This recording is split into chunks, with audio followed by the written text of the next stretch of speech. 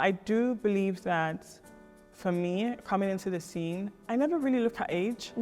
I honestly feel like at any stage in life, you can build anything remarkable.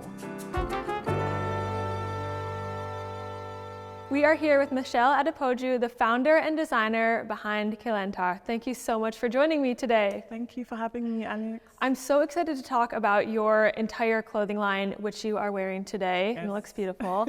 Before we get into all the details behind building the brand, I want to know a little bit about you. Can you let me in on who you are and kind of what you're building today? Yes, so my name is Michelle Adepoju.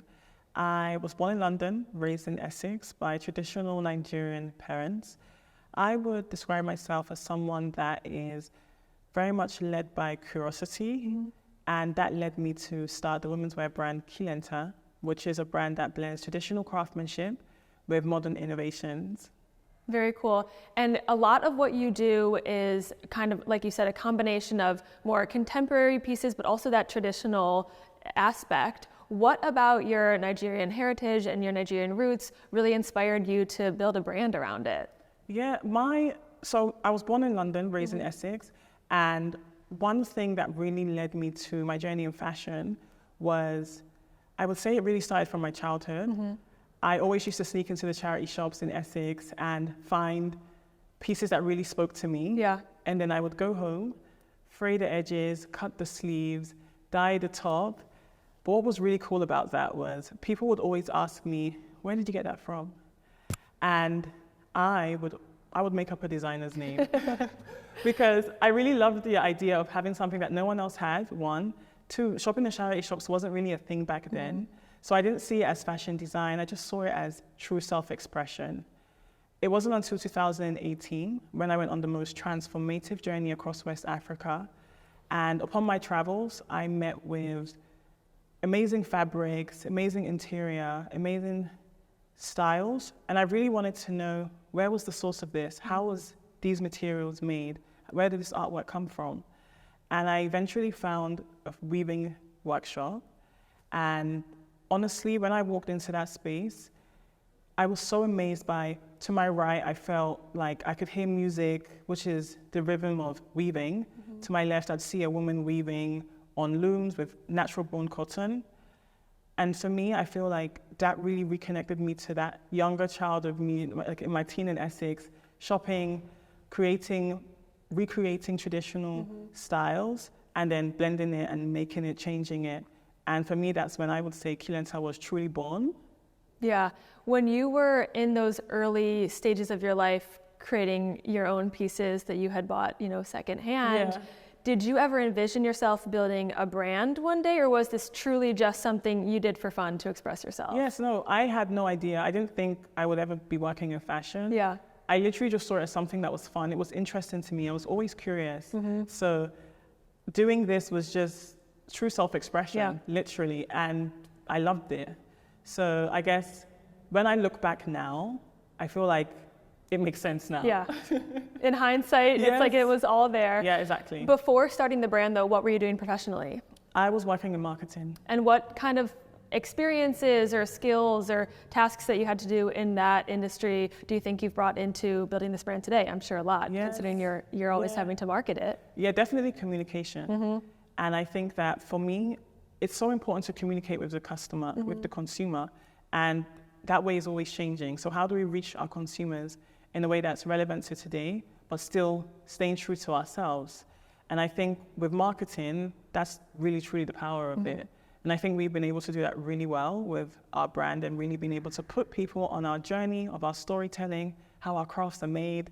So that was really, I guess that really helped me. Yeah, definitely. How would you then, if you are, selling this brand to consumers, sharing the story about it, how do you go about describing really what makes you guys different today?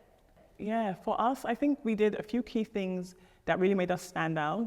And that was prioritizing quality and craftsmanship, and not being able to really showcase that and building trust with our consumers. So putting them on that journey, showing them truly how the products have been made, and being transparent with them.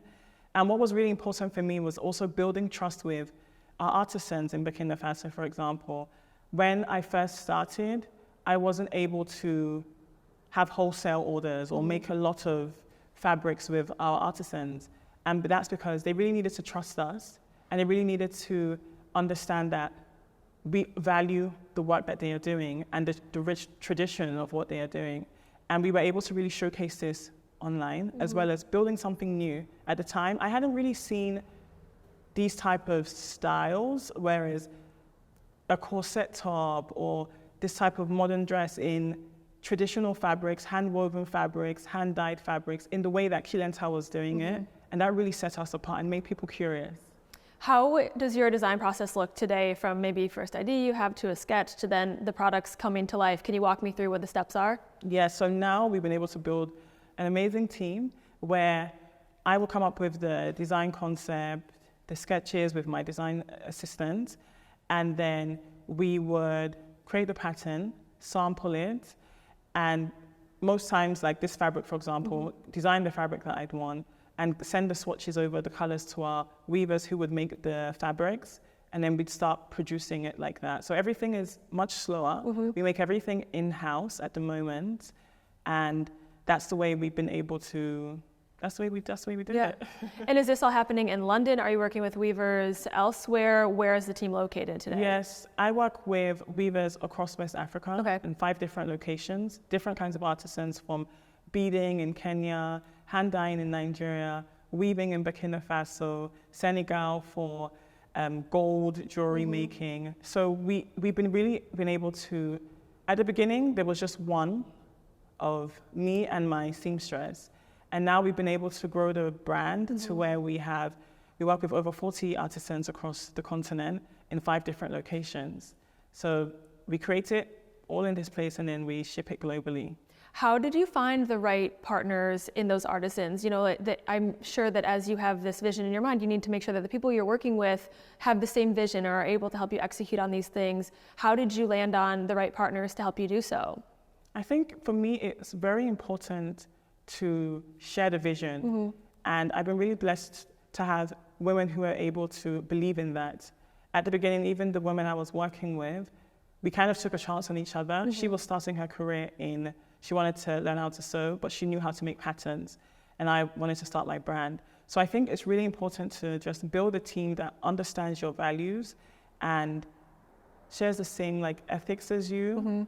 And I think for me, it's just been more so being curious, going to these different places, speaking with the right people, connecting with the right people, and then eventually being able to build this type of team.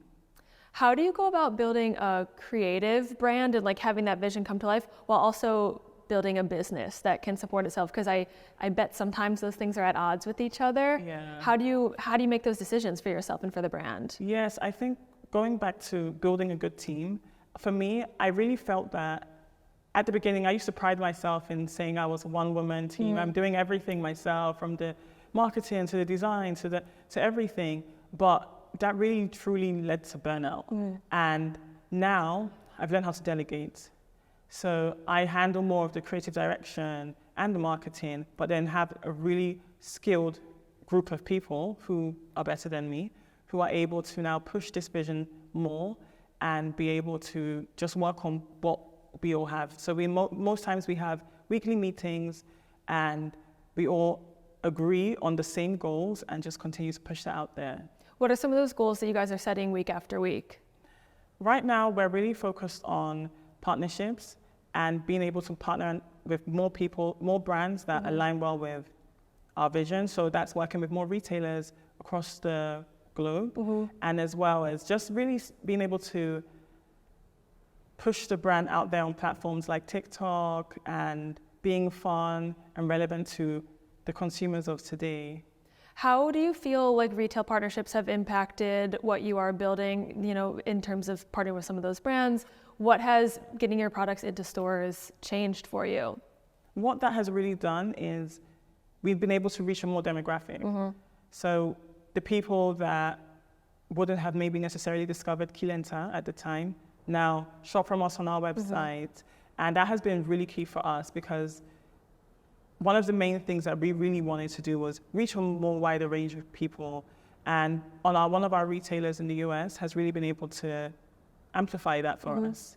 And I think that has been so important and key for the business. And speaking of more of those partnerships that you're mentioning, you've also partnered with some non-fashion companies. Yes. Can you tell me a little bit about some of those partnerships, what they looked like, and kind of what you got out of it? Yes, during New York Fashion Week, we had our first debut show, and we partnered with MasterCard for this, and it was absolutely incredible.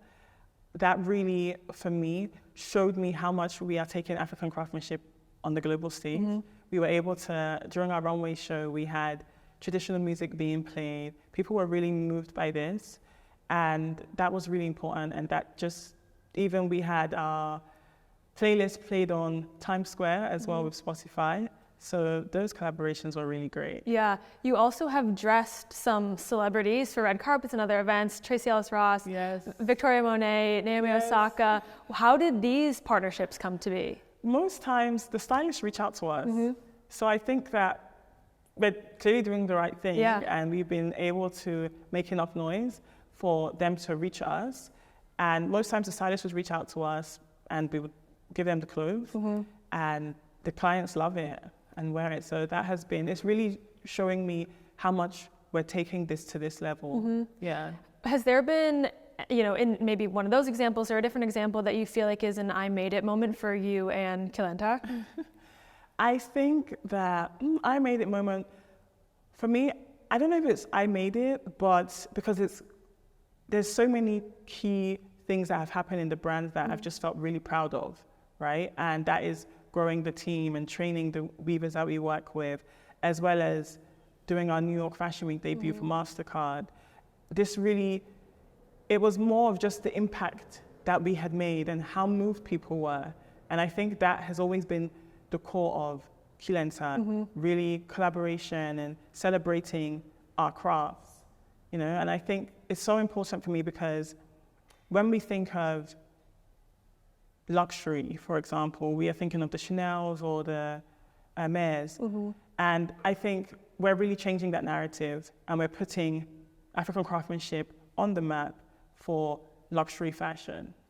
Do you have any expectations for the future of the industry as you're talking about there? Like, a lot has changed. You guys have been pushing a lot of this change. What do you think is to come in the fashion industry in the next 1 to 3 years?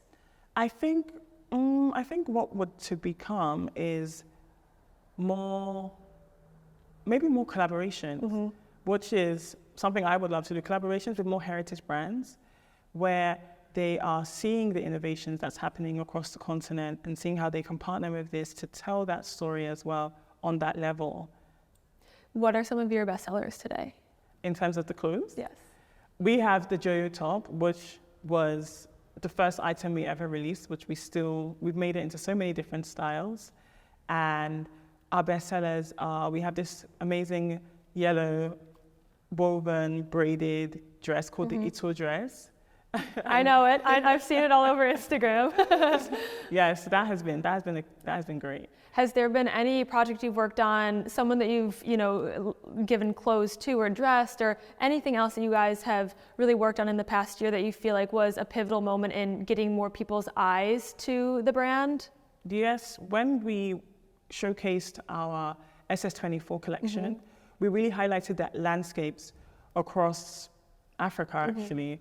I shot it in 5 different states, and I think people were really moved and connected by this. And we really were able to show the movements of water in these different states, showed how our products have been made. And this really got a lot of traction online, and people were curious to know more about the brand.